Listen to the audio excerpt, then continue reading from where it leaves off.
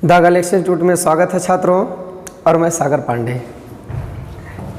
पिछली क्लास में हम लोग पर्यावरण प्रदूषण में प्रदूषक को पढ़ रहे थे।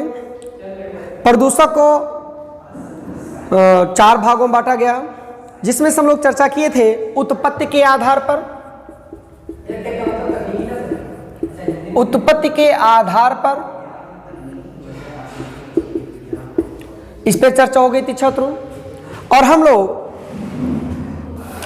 स्वरूप के आधार पर भी पढ़ चुके थे। 2 शेष और बच्चा था प्रदूषक के बारे में। तीसरा हम लोग बच्चों पढ़ेंगे अवस्था के आधार पर प्रदूषक। अवस्था के आधार पर प्रदूषक। अवस्था किसी पदार्थ की मुख्यतः अवस्था 3 होती है। ठोस, पहला अवस्था के आधार पर पहला ठोस कणकीय प्रदूषक। ठोस कणकीय प्रदूषक ऐसे प्रदूषक जो ठोस अवस्था में होंगे। दूसरा तरल प्रदूषक। तीसरा गैसीय प्रदूषक।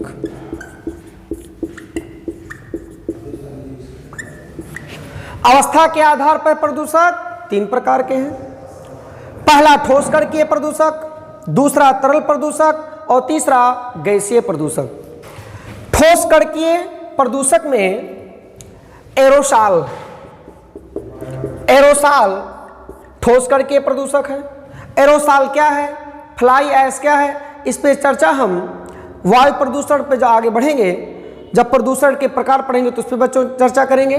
तो एरोसॉल ठोस कणकीय प्रदूषक है। उसके साथ साथ धूलकण की बात किया जाए तो धूलकण भी बच्चों क्या है, ठोस कणकीय प्रदूषक। धूलकण के साथ साथ सीसा, पारा, एरोसॉल, धूलकण, सीसा, पारा, ये सब कौन सा प्रदूषक है अवस्था के आधार पर? ठोस कणकीय प्रदूषक। उसके बाद बच्चों तरल प्रदूषक की चर्चा की जाए। तरल प्रदूषक में अमोनिया को तरल प्रदूषक के अंतर्गत रखा गया है। यूरिया भी तरल प्रदूषक है बच्चों।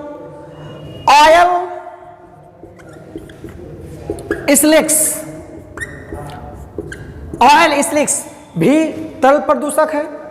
ऑयल स्लिक्स का बच्चों का मतलब यह है कि हम लोग समाचारों में पढ़ते रहते हैं कि महासागर में जहाजों पर टैंकर से कच्चा तेल आ रहा होगा एक देश से दूसरे देश तक, तो कच्चा तेल कभी कभी रिस जाता है महासागर में। महासागर के तल के समुद्र के ऊपरी सतह पर पेट्रोलियम पदार्थ फैल जाता है। उस पेट्रोलियम पदार्थ को ही क्या कहा गया? Oil slicks. Ammonia, urea, oil slicks, ये सब कैसे प्रदूषक हैं? तरल प्रदूषक। एरोसॉल, धूलकण, सीसा, पारा कैसा प्रदूषक? ठोस कणकीय प्रदूषक। अब बच्चों हम किसकी बात करेंगे? गैसीय प्रदूषक की। तो गैसीय प्रदूषक में CO2 को गैसीय प्रदूषक में, CO को गैसीय प्रदूषक में, SO2 को गैसीय प्रदूषक में, NO2 को गैसीय प्रदूषक में। इन सब गैसों को हम गैसीय प्रदूषक रखेंगे। तो अवस्था के आधार पर कितने प्रदूषक? 3। ठोस कणकीय प्रदूषक जिसमें एरोसॉल, धूलकण, सीसा, पारा होगा। तरल प्रदूषक अमोनिया, यूरिया, ऑयल स्लिक्स होगा। गैसीय प्रदूषक CO2, CO, SO2 और NO2 होगा। तो इस प्रकार से हम उत्पत्ति के आधार पर पढ़ चुके बच्चों, स्वरूप के आधार पर सीख चुके, अवस्था के आधार पर सीख सके। अब हम चौथा आधार देखते हैं। कौथा आधार बच्चों? चौथा। और चौथा आधार हमारा होगा निस्तारण के आधार पर प्रदूषक। किसके आधार पर बच्चों? निस्तारण के आधार पर प्रदूषक।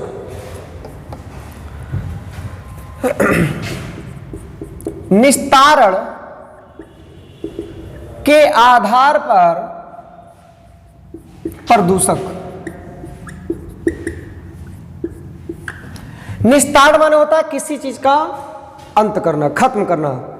तो निस्तारण के आधार पर कितने प्रकार के प्रदूषक होंगे बच्चों? 2 प्रकार के प्रदूषक होंगे। पहला प्रदूषक जैव निम्नीकरण, जैव निम्नीकरणीय प्रदूषक, और दूसरा अजैव निम्नीकरणीय, अजैव निम्नीकरणीय प्रदूषक। निस्तारण के आधार पर प्रदूषक कितने बच्चों? 2, जैव निम्नीकरणीय प्रदूषक और अजैव निम्नीकरणीय प्रदूषक। जैव का मतलब जिसमें सजीव हो, ऐसा प्रदूषक जो सजीव हो।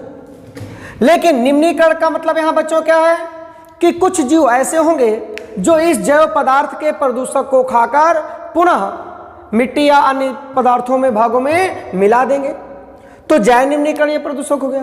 कुछ ऐसे प्रदूषक होंगे जिनको सूक्ष्म जीव उसका निस्तारण नहीं कर पाएंगे, उसको खाकर मिट्टी या अन्य भागों में नहीं मिला पाएंगे, तो क्या कहलाएगा? अजैव निम्नीकरण प्रदूषक।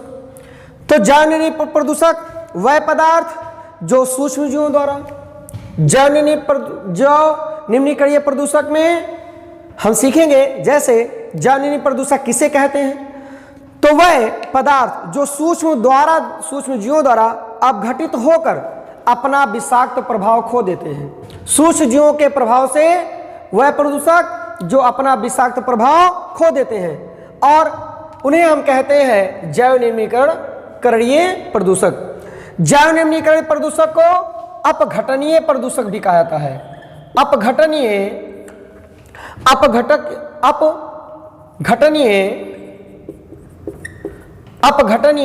प्रदूषक अर्थात जैव निम्नीकरणीय प्रदूषक को अपघटनीय प्रदूषक भी कहा जाता है।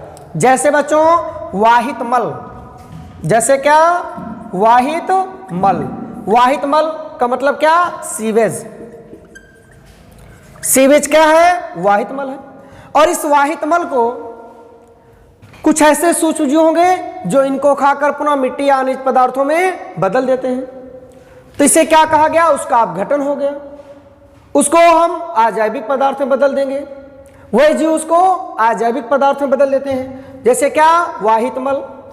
घरेलू कचरा, घरेलू कचरा। यहां बच्चों घरेलू कचरा का मतलब जैव अपशिष्ट पदार्थ, जैव अपशिष्ट पदार्थ से है।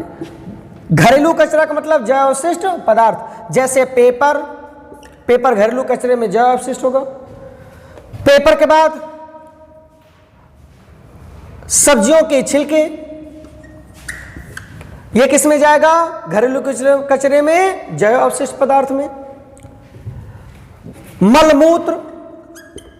मलमूत्र कौन सा प्रदूषक है? जैव निम्नीकरणीय प्रदूषक।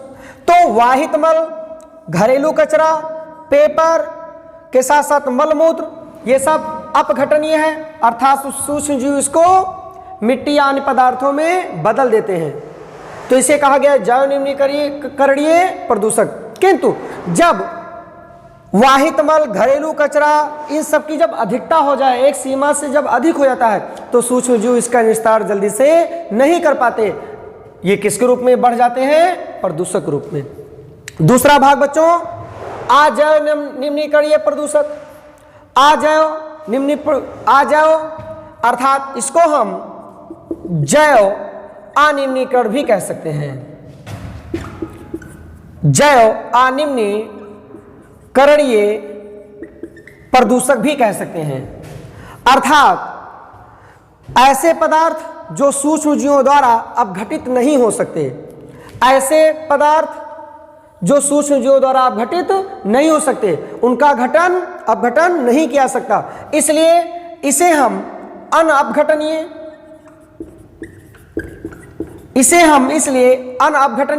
प्रदूषक भी कहते हैं। जैसे सूक्ष्म जीव नहीं अपघटन कर पाएंगे, कैसे? डीडीटी का, डीडीटी 2,4-D डीडीटी, सीसा, पारा, आर्सेनिक, प्लास्टिक, ये सब क्या है? अनअपघटनीय है। क्या है बच्चों? अनअपघटनीय है। ये क्या है? जैव अनिम्नीकरणीय है, क्योंकि इनका सूक्ष्मजीव निस्तारण नहीं कर सकते।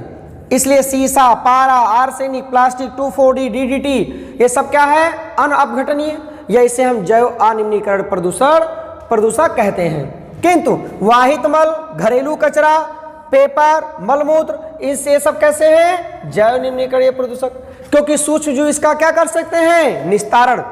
इस प्रकार प्रदूषक के कितने भाग हम लोग बच्चों पढ़े? 4। अब हम बात करेंगे प्रदूषण के प्रकार पर। किस पर बच्चों? प्रदूषण के प्रकार पर। अब हमारा टॉपिक आगे बढ़ेगा और होगा प्रदूषण के प्रकार। प्रदूषण के प्रकार। प्रदूषण को मुख्यतः 5 भागों में बांटा गया है, किंतु प्रदूषक 11 प्रकार के हैं। कितने प्रकार के प्रदूषण हैं? 11 प्रकार के। जैसे 11 प्रकार के बच्चों प्रदूषण बात करेंगे तो सबसे पहला वायु प्रदूषण। पहला कौन सा बच्चों? वायु प्रदूषण। दूसरा जल प्रदूषण। तीसरा मृदा प्रदूषण। चौथा बच्चों ध्वनि प्रदूषण।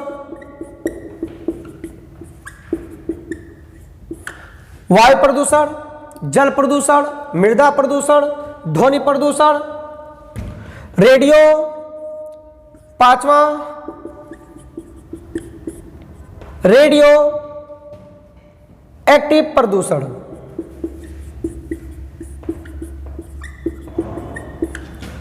छठवां बच्चों आपका प्लास्टिक प्रदूषण।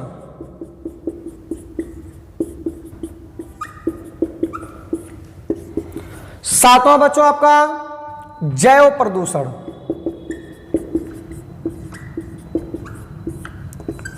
आठवां बच्चों आपको पढ़ना है ई अपशिष्ट प्रदूषण। ई अपशिष्ट प्रदूषण। नौवां बच्चों, नौवां आपको पढ़ना है ताप प्रदूषण।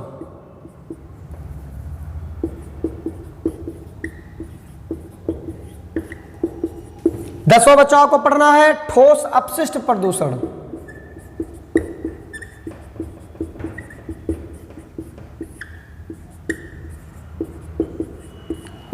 11वां हम लोगों को बच्चों पढ़ना है विद्युत चुंबकीय विकिरण।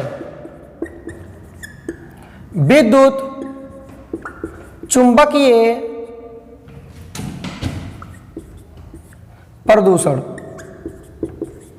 इस प्रकार से प्रदूषण को 11 भागों में विभाजित किया गया। मुख्यतः वायु प्रदूषण, जल प्रदूषण, मृदा प्रदूषण, ध्वनि प्रदूषण, रेडियो एक्टिव प्रदूषण, प्लास्टिक प्रदूषण, जैव प्रदूषण, ई अपशिष्ट प्रदूषण, ताप प्रदूषण, ठोस अपशिष्ट प्रदूषण, विद्युत चुंबकीय प्रदूषण।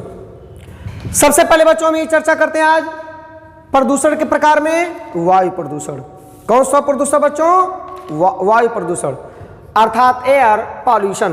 एयर पॉल्यूशन हम बात करते हैं वायु प्रदूषण के विषय में।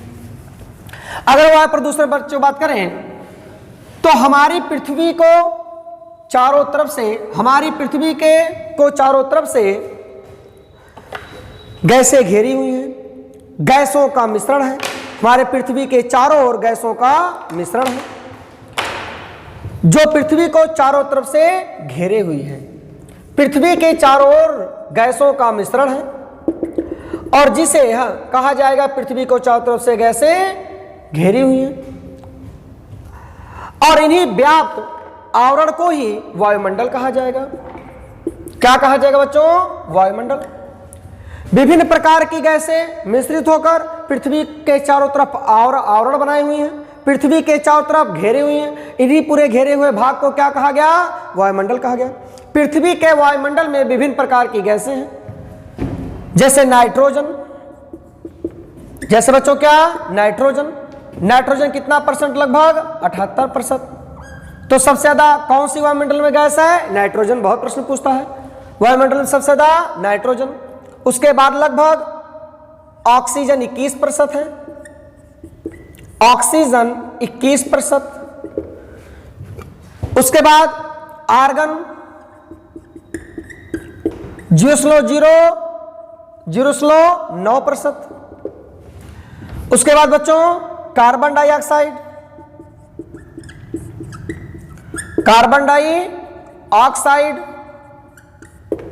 0.03% है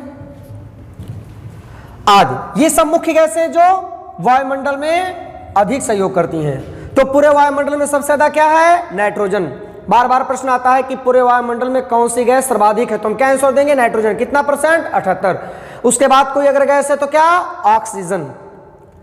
अगर देखा जाए तो पूरे वायुमंडल का 99% भाग दो ही गैसें मिलकर पूरा कर देती हैं। 78% नाइट्रोजन और ऑक्सीजन 21%। 8 1 9 और 7 2 9। पूरे वायुमंडल का 100% अगर पूरा वायुमंडल है तो उसका 99% सिर्फ दो ही गैस मिलकर ही वायुमंडल का निर्माण कर देती हैं। 99% कौन कौन गैसें हो जाएंगी? नाइट्रोजन और क्या? ऑक्सीजन। उसके बाद अल्प मात्रा में वायुमंडल में अल्प मात्रा में नियान है, नियान गैस भी अल्प मात्रा में है। क्रिप्टॉन है,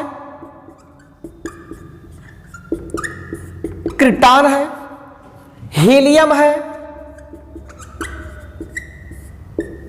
नियान, क्रिप्टॉन, हीलियम। उसके बाद हाइड्रोजन,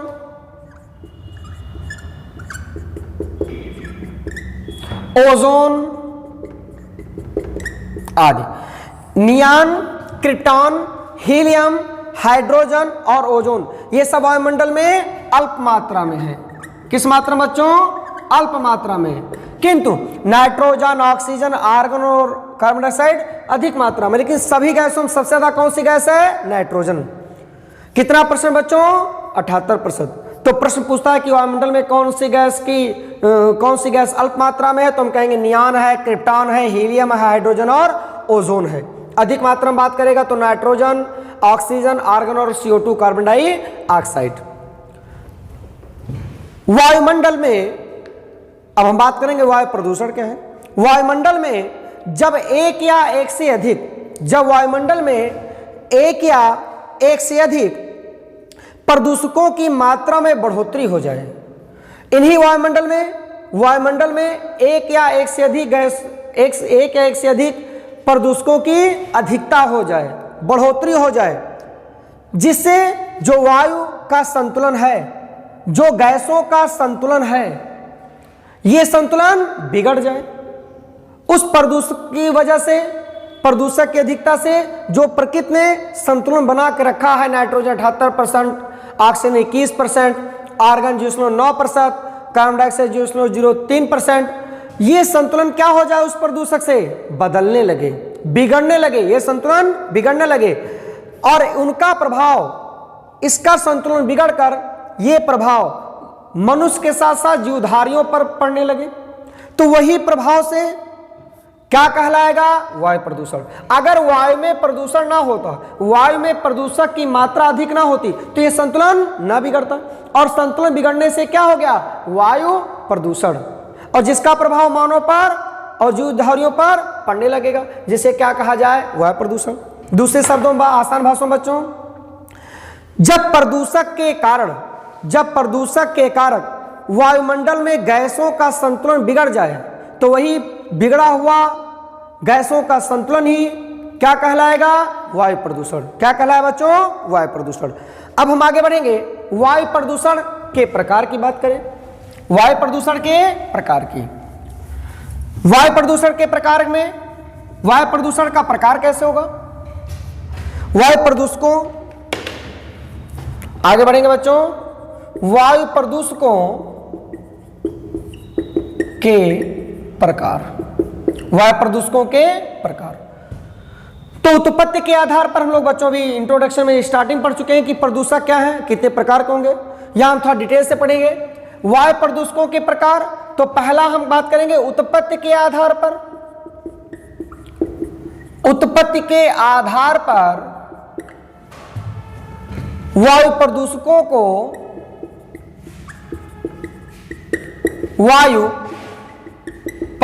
को दो भागों में बांटा गया है, दो भागों में बांटा गया है या वर्गीकृत किया गया है।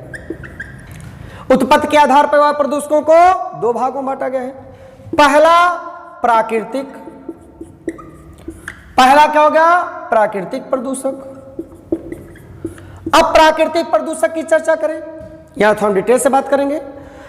अर्थात प्राकृतिक क्रियाकलापों से जो प्रदूषक उत्पन्न होंगे उन्हें हम क्या कहेंगे? प्राकृतिक प्रदूषक। जैसे ज्वालामुखी विस्फोट से, जैसे ज्वालामुखी विस्फोट से, तो ज्वालामुखी विस्फोट कैसा है? प्राकृतिक कारक है। और इस प्राकृतिक कारक से क्या निकलेगा बच्चों? प्रदूषक। तो ज्वालामुखी विस्फोट से sulphur dioxide, sulphur dioxide, तो सल्फर डाइऑक्साइड किससे निकल रही है? ज्वालामुखी से। हाइड्रोजन सल्फाइड, हाइड्रोजन सल्फाइड, ज्वालामुखी विस्फोट प्राकृतिक है, इससे जो प्रदूषक निकलेंगे सल्फर डाइऑक्साइड, हाइड्रोजन सल्फाइड, साथ साथ धूल, साथ साथ जलवाष्प, साथ साथ बच्चों क्या? जलवाष्प।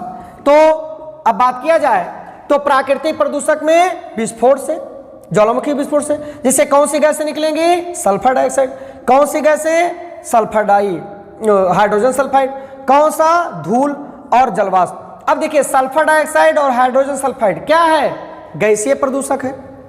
जलवाष्प भी तरल गैस का मिश्रण हो जाएगा, धूल ठोस हो जाएगा। तो याद रखिएगा उत्पत्ति के आधार पर ज्वालामुखी विस्फोट से प्राकृतिक है। दूसरा वनाग्नि से, किससे बच्चों? वनाग्नि या दावानल से। जंगल में आग लगने से भी प्रदूषक उत्पन्न होंगे, जैसे कार्बन डाइऑक्साइड, कार्बन डाइऑक्साइड। तो कार्बन डाइऑक्साइड वनाग्नि से होगा, साथ साथ कार्बन मोनोऑक्साइड, कार्बन मोनोऑक्साइड। तो वनाग्नि या दावानल से कार्बन डाइऑक्साइड निकलती है, कार्बन मोनोऑक्साइड निकलती है, राख निकलती है। क्या निकलती है बच्चों? राख निकलती है। तो ये सब कैसे है? प्राकृतिक, क्योंकि जंगल में आग लगना भी प्राकृतिक कारक। तो कार्बन डाइऑक्साइड, कार्बन मोनोऑक्साइड, राख, ये सब वनाग्नि या दावानल से होता है। ये कैसा प्रदूषक हो गया? प्राकृतिक प्रदूषक। ज्वालामुखी विस्फोट हुआ तो प्राकृतिक। सल्फर डाइऑक्साइड, हाइड्रोजन सल्फाइड, धूल और जलवाष्प क्या होंगे? प्राकृतिक प्रदूषक होंगे। दैनिक जैविक पदार्थों के सड़ने गलने से। तीसरा बच्चों, दैनिक जैविक पदार्थों के सड़ने गलने से भी सल्फर डाइऑक्साइड निकलेगी, मीथेन गैस निकलेगी, मीथेन गैस, अमोनिया निकलेगी। तो ये सब गैसें दैनिक जैविक पदार्थों के सड़ने से। तो कैसा होगा? प्राकृतिक। सल्फर डाइऑक्साइड, मीथेन गैस और अमोनिया। तो वायु प्रदूषकों के प्रकार में उत्पत्ति के आधार पर पहला क्या? प्राकृतिक। प्रश्न देता है कि विस्फोट, ज्वालामुखी विस्फोट से क्या क्या निकलता है? तो याद रखिएगा सल्फर डाइऑक्साइड, हाइड्रोजन सल्फाइड, धूल और जलवाष्प। पूछेगा वनाग्नि या दावानल से कौन सी गैस निकलती है? कार्बन डाइऑक्साइड, कार्बन मोनोऑक्साइड, या क्या निकलता है? राख। फिर पूछेगा कि जैविक पदार्थों के सड़ने से कौन सी गैस निकलेगी गलने से? सल्फर डाइऑक्साइड, मीथेन और अमोनिया। ये सब गैसों का उत्सर्जन होता है। उत्पत्ति के आधार पर प्राकृतिक हो गया। दूसरा उत्पत्ति के आधार पर हम बात करेंगे बच्चों मानव जनित प्रदूषक। उत्पत्ति के आधार पर दूसरा भाग हम लोगों को क्या होगा बच्चों? मानव जनित प्रदूषक। मानव जनित प्रदूषक की बात किया जाए, अगर मानव जनित प्रदूषक की बात करें, दूसरा हमारा होगा मानव जनित प्रदूषक। मानव के क्रियाकलापों से जो प्रदूषक उत्पन्न होंगे उन्हें क्या बोला जाएगा? मानव जनित प्रदूषक। जैसे गैस बांटा गया है, गैस, धूम, इस सबको क्या बोला जाएगा? गैसीय वायु प्रदूषक। मानव जनित से गैसीय वायु प्रदूषक उत्पन्न होंगे। दूसरा बच्चों कणकीय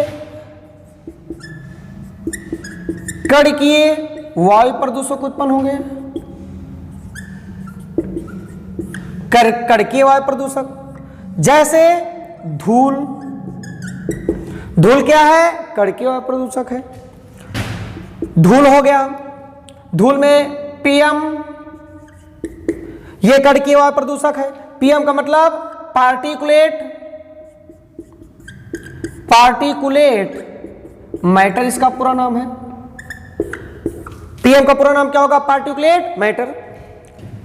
ये सबसे ज्यादा जब भी हमारे देश में वायु प्रदूषण की बात आती है, दिल्ली की बात आती है, तो हमेशा पीएम का नाम लिया जाता है। पीएम कहा जाता है कि पीएम 2.5 बढ़ रहा है, पीएम 10 बढ़ रहा है। तो अभी आगे हम जब इसका विस्तार रूप देंगे तो आगे चर्चा करेंगे कि पीएम 2.5 का क्या फर्क होता है, पीएम 2.5 होता क्या है, पीएम 10 क्या होता है। दूसरा बच्चों, मानव जनित प्रदूषक में हम बात करें गैसीय वायु प्रदूषक की। मानव जनित प्रदूषक में गैस, धूम जैसे गैसीय वायु प्रदूषक, कणकीय वायु प्रदूषक जैसे धूल, पीएम, पार्टिकुलेट मैटर, ये सब।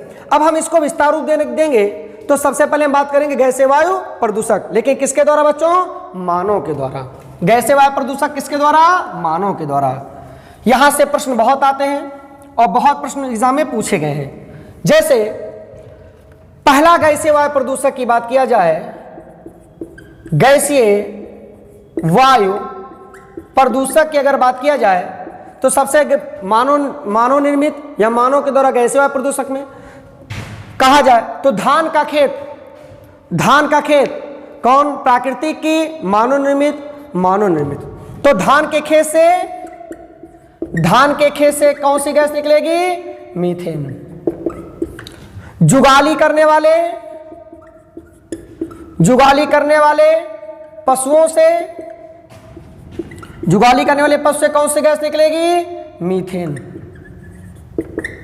फिर प्रश्न आएगा, धान के खेत से मीथेन गैस, जुगाली करने वाले पशुओं से मीथेन गैस। किंतु प्रश्न यहां और उठता है कि किन किन जगहों से मीथेन गैस निकलती है? कोयले के खान से भी कौन सी गैस निकलेगी बच्चों? मीथेन। प्रश्न पूछाएगा और कोई स्रोत बताइए जहां से मीथेन निकले? दीमक के बाम्बी से क्या निकलेगा? Methane gas. और दीमक का बाम्बी क्या है बच्चों? कि हम लोग देखते हैं कि जब बाग बगीचे में कहीं आते हैं तो देखते हैं पेड़ पर ही पूरा दीमक अपना मिट्टी का घर बनाए रहते हैं चारों तरफ से। उसे क्या कहा जाए? दीमक का बाम्बी कहा जाता है। उससे कौन सी गैस निकलती है? Methane gas. गोबर गैस से कौन सी गैस बच्चों निकलेगी? Methane gas. ये सब है मीथेन गैस के स्रोत। अगला दलदल क्षेत्र से भी कौन सी गैस निकलेगी बच्चों? Methane gas. ये अति महत्वपूर्ण है क्योंकि लगातार एग्जामों में TET, CTET, super TET या अन्य वनडे के एग्जामों में प्रश्न पूछा जाता है मीथेन गैस के स्रोत कौन कौन से हैं। तो गैसीय मानव के द्वारा धान के खेत से कौन सी गैस? Methane gas.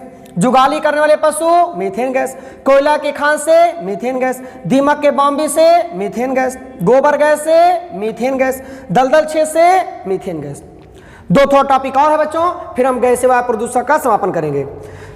सूती वस्त्रों के विरंजन से, सूती वस्त्र का क्या किया जाए? विरंजन शब्द यहां बच्चों ब्लीचिंग से है। जब सूती वस्त्रों का विरंजन किया जाता है, ब्लीचिंग किया जाता है, तो उससे कौन सी गैस निकलती है? Chlorine gas. ये भी बहुत प्रश्न पूछा था बच्चों कि सूती वस्त्र के विरंजन या ब्लीचिंग से कौन सी गैस निकलती है, तो क्लोरीन गैस। ईंधन जीवाश्म के जलने से, ईंधन जीवाश्मों के जलने से या जीवाश्म ईंधन के जलने से, जीवाश्म ईंधन के जलने से कार्बन डाइऑक्साइड गैस निकलती है, कार्बन मोनोऑक्साइड गैस निकलती है। तो ये सब कैसे प्रदूषक है, गैसीय वायु प्रदूषक। मीथेन क्या है बच्चों, गैसीय। क्लोरीन क्या है, गैसीय। CO2 क्या है, गैसीय। कार्बन मोनोऑक्साइड क्या है, गैसीय। तो ये सब कैसे हैं, गैसीय, पर मानव जनित हैं। कैसे बच्चों, ये सब मानव जनित प्रदूषक हैं।